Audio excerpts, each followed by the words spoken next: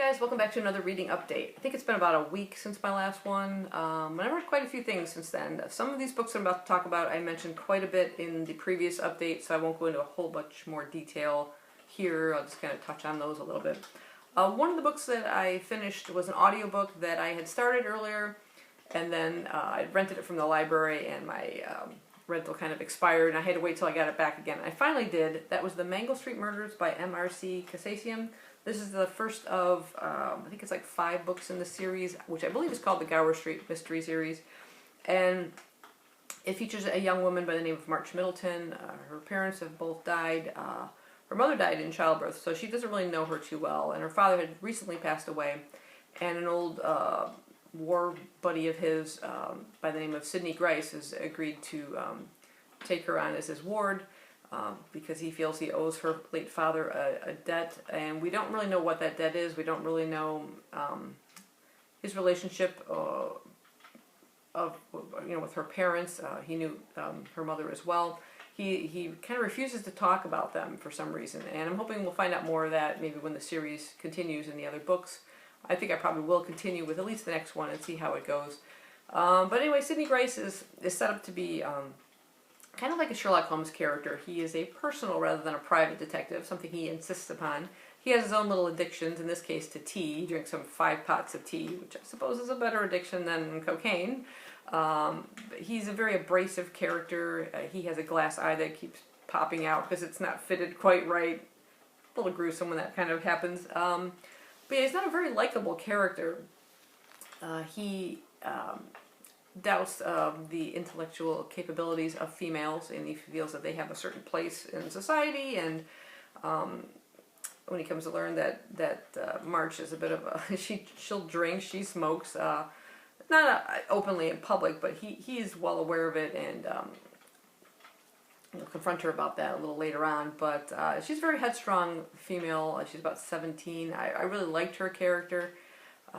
This story is sort of set around London at the time just after the Ripper murders, so everyone's sort of on edge, and she is determined to kind of prove that females can hold their own, and is determined to help him out in this next case, which is one where this woman comes seeking out his help because her daughter was murdered, apparently by her husband, and she wants him to look in on the case. I thought the mystery was fairly decent.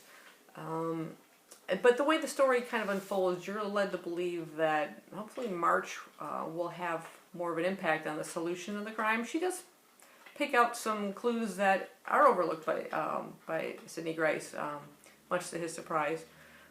But it doesn't quite turn out that way. I was kind of hoping it would, like she'd like one-up him kind of thing and solve the crime herself. But that didn't quite happen. Still, it was entertaining. Like I said, March is a very headstrong female, and I did like the situations where, especially dealing with like the police and stuff, where she was kind of present during the questioning, and they're like, well, but what is she doing here? You know, why she can't come in here, or she can't see the body, she can't do, you know, she's a female, and I like her responses to these situations, and she's quick-witted and will speak her mind, and I like that about the characters. So I did overall like the characters within the story, and like I said, the mystery was pretty good. So I'm looking forward to probably checking out the next one.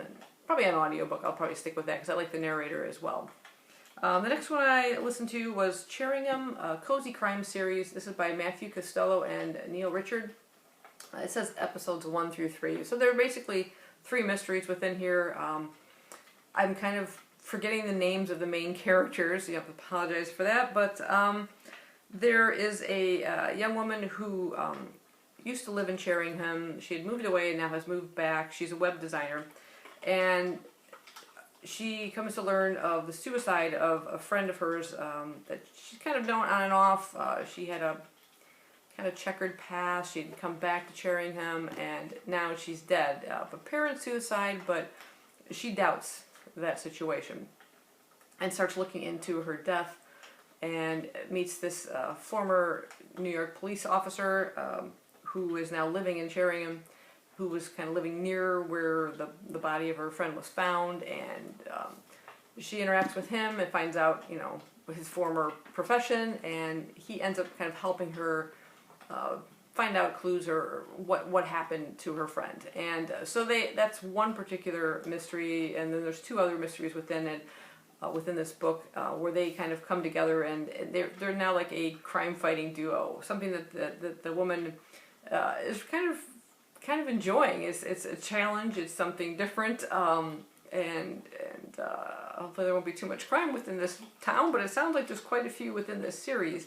Like I said, there's three kind of combined within this particular book. But I did like the main characters. I wasn't too sure about them at first, but they kind of grew on me as each individual mystery went on, and I really enjoyed it. So I'm looking forward to checking out more in that series. The next audiobook I listened to was Ghost Wall by Sarah Moss. This is sort of a really thin little novel that I had high hopes for, but didn't end up liking it much at all. We meet Sylvie, our main character. She's 17, and she's participating along with her mother and father in an anthropology course, kind of reenactment of ancient life in Britain. This is sort of a passion of her father's. He's interested in that time period, and that history, and that life, a hidden interest of his, and he's basically kind of dragged his family along into this reenactment thing, you know, wearing the clothing of the time, hunting and gathering for food, and just every day-to-day life of that time period. He's a cruel man. He's abusive, both physical and verbally. There are situations I found troubling within the whole story, like the professor running the course, and he had to be observant of situations taking place. Even the things that lead towards the end of the book, that they kind of put Sylvie through as a part of reenactment, still was extremely troubling, not only coming from her father kind of volunteering her for this, but that the professor would even consider it, or any of the other students would kind of go along with it. I couldn't really connect with anything. The book seemed to even end very abruptly. Kind of glad the way it did end, but I mean, it just seemed really short and like choppy ending. Like, okay, I've had enough. We'll close it like this. We won't go into more detail beyond that. And it just seemed like that was lacking. Overall, I didn't like it. I mean, the writing itself, the character development, all that, the atmosphere of the setting was very well done, but it was just more the plot. The plot just failed me. I didn't like the storyline itself. So I didn't care for that one at all. I also finished up 2 of the manga that I had been reading. This is The Promised Neverland. This is by Kai Shirai. I read volume 8 and volume 9. This is the manga series about a strange orphanage. We come to learn of a kind of sinister purpose to it, and that's about all I'm going to say with this. I'm pretty far along in the series now, so I would get into spoilers, and I don't want to say what that sinister aspect of the orphanage is, because I thought that was really cool when I discovered it, and in pretty much, I think it was the first volume.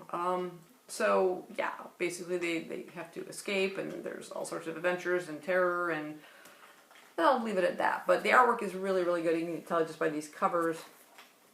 And I just really, really enjoy the series, and I think I'm pretty much caught up with volume 9. I think it's the latest one out currently, so I highly recommend that one. I have a nonfiction book here, believe it or not. This is The World of Edward Gorey by Clifford Ross and Karen Wilkin.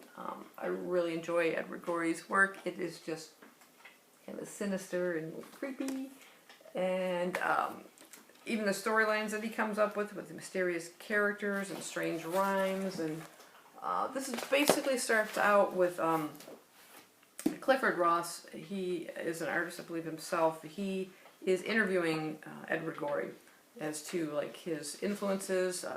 Edward Gorey has a very eclectic kind of interest in various artists and who his inspirations were and everything.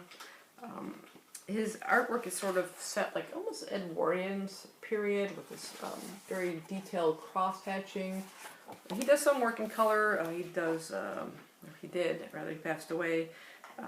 He did some in color, which I don't, okay, well, there's some a little bit different than his typical work in there, but he's done posters, he's done book covers, and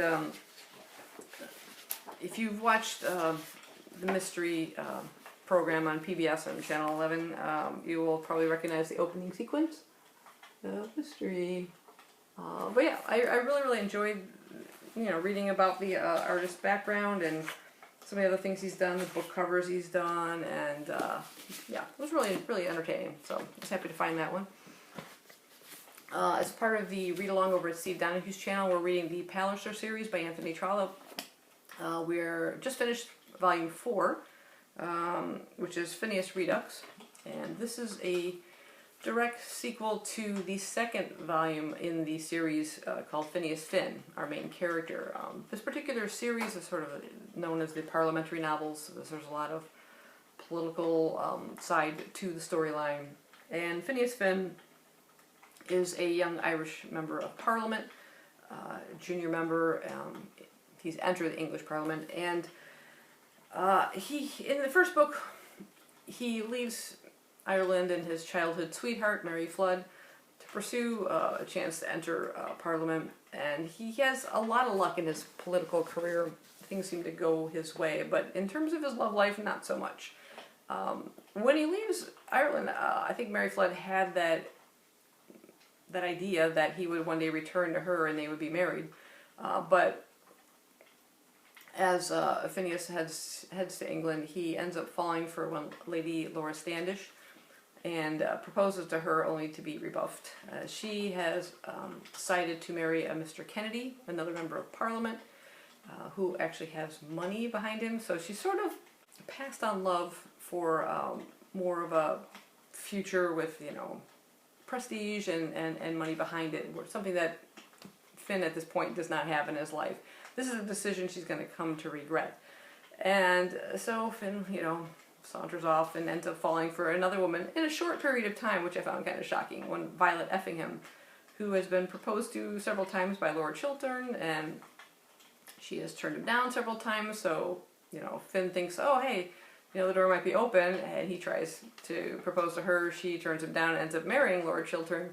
And then he's actually later proposed to by another woman, Madame Max Goesler, a woman who, she's a widow who does have quite a bit of money, and actually he turns her down. So, and ends up eventually going back to Ireland to marry his childhood sweetheart. He leaves Parliament over kind of difference of opinion with his party over Irish tenant rights, and decides he has to vote his conscience. So instead he leaves and returns to Ireland and tries to start a life with Mary.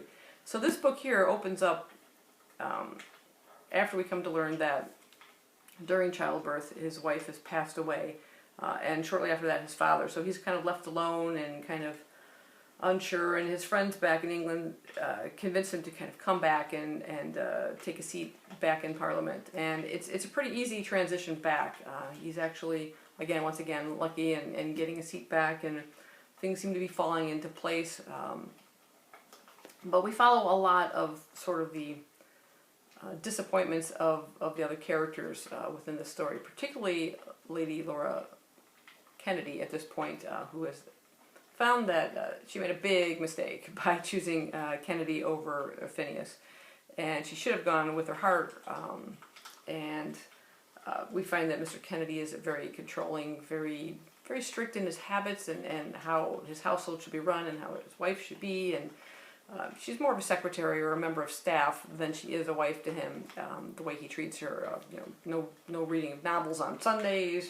She should be helping him out with his correspondence and all this stuff, and she feels very trapped within this marriage and trying to find a way out of it. Phineas is basically as best of a friend as he can be towards her. Laura's still very much in love, realizing how much she did love him and what a mistake she makes. So we see that kind of playing out throughout this story.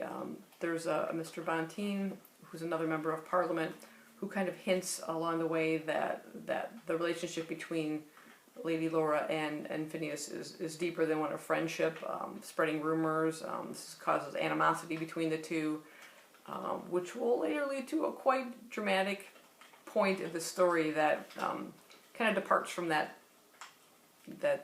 sort of political aspect of it, we end up with a bit of a murder mystery on our hands, where shortly after an altercation between these two characters, Bonteen and Phineas, Mr. Bonteen is murdered, and Phineas is like the prime suspect. And I really love that aspect of it. I love the whole courtroom drama of it.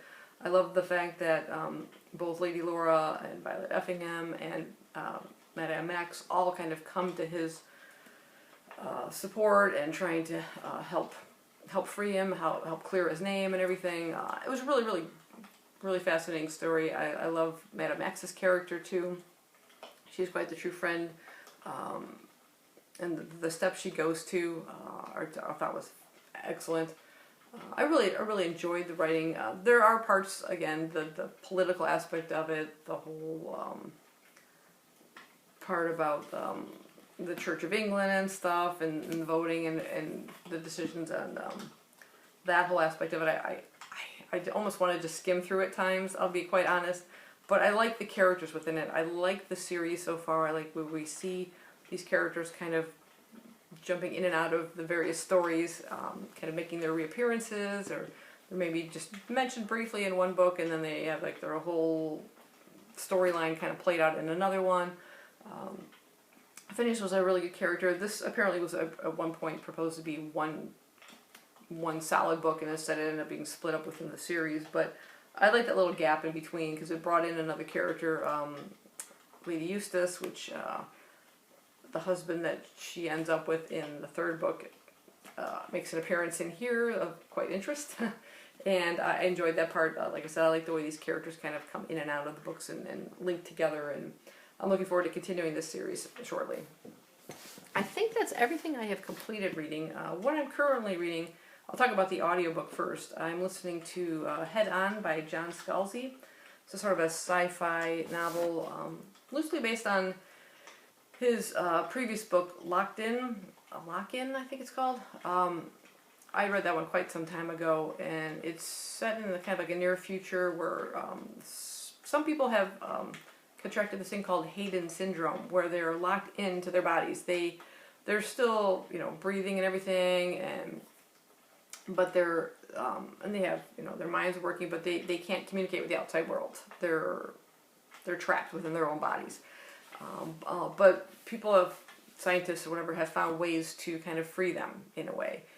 So they create kind of robotic bodies called threeps that they can kind of plug into and move around and communicate and be part of society through these threeps. There's also people, I forgot what they're called, but there are some people that have implants within them that they can borrow a physical human body and transfer their consciousness into that body for a short period of time. There are rules and regulations as to how that body can be used. I mean, you can't go out and get a tattoo because that body belongs to somebody else and will be returning to that person. But I think the whole concept of it is really intriguing.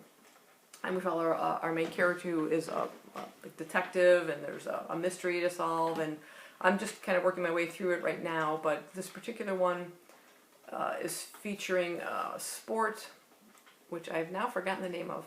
It has a weird name, but it features threeps. It's a sport for people with Hayden syndrome, and the threeps compete on the field, and they compete with hammers and swords, and they attack each other. And there's one chosen person that the opposing team has to try and capture and rip his head off, and then score some kind of goal thing. It's really kind of brutal and crazy, and apparently people are really interested in it. But there is a disconnect pretty much between the person whose consciousness is in the threep. They will feel a slight bit of pain, but not as if you actually got your head ripped off. But something happens. Does it go wrong, or was something sabotaged?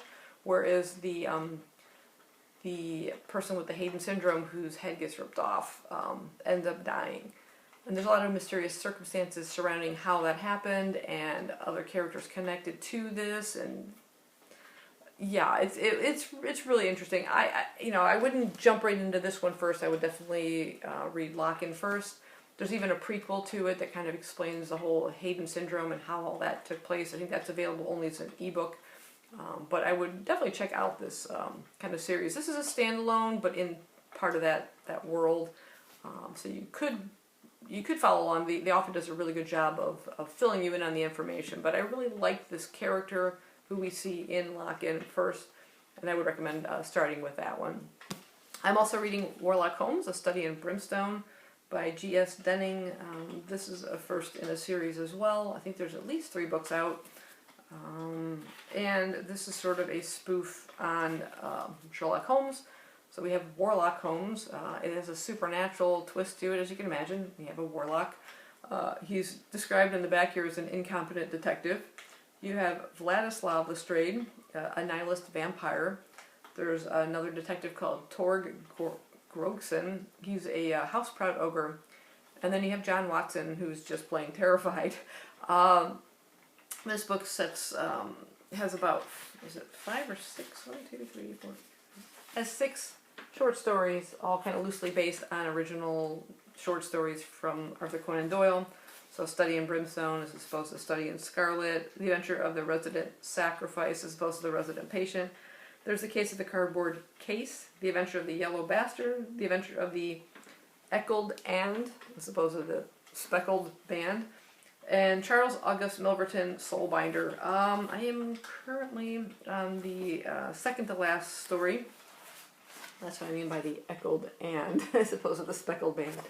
But I really enjoyed especially the first couple of short stories where Watson meets Holmes for the first time. He's told that Warlock Holmes is looking for a flatmate, and Watson, having returned from the Afghan war with an injury, again kind of similar to the Watson character of Holmes, finds himself kind of without monetary means, and the situation is perfect. He doesn't really have to pay for anything. Warlock Holmes pretty much pays for everything.